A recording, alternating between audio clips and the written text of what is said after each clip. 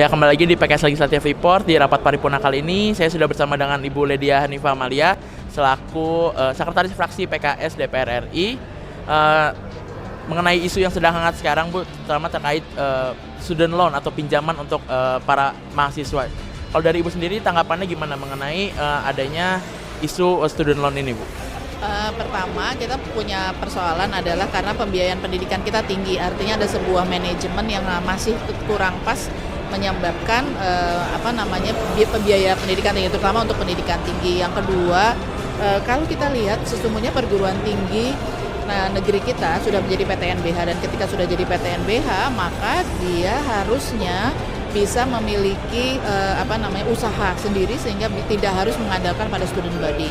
Ketiga, dalam undang-undang tentang pendidikan tinggi boleh ada pinjaman untuk mahasiswa yang tidak mampu, boleh ada pinjaman tapi tidak boleh ada bunga. Maka ketika kemarin rame merebak ada pinjol, itu sebenarnya nggak boleh karena pinjol udah pasti pakai bunga.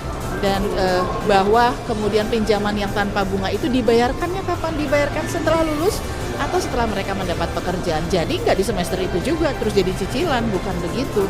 Nah, ini jadi bagian yang sangat penting untuk disadari bahwa loan itu adalah bagian yang harus dipersiapkan untuk jangka panjang dan dibayarkan ketika dia sudah lulus, sama seperti di negara-negara lain. Bahwa kemudian nanti mahasiswanya kabur, ya bikin aja mekanisme bagaimana supaya mereka tetap bisa menjalankan tugasnya, menjalankan kewajibannya karena dia sudah menggunakan uang negara misalnya pada saat itu.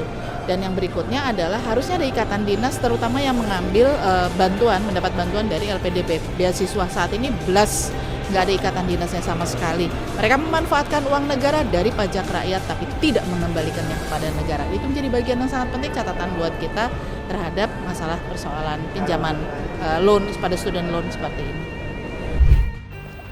PKS, pembela rakyat.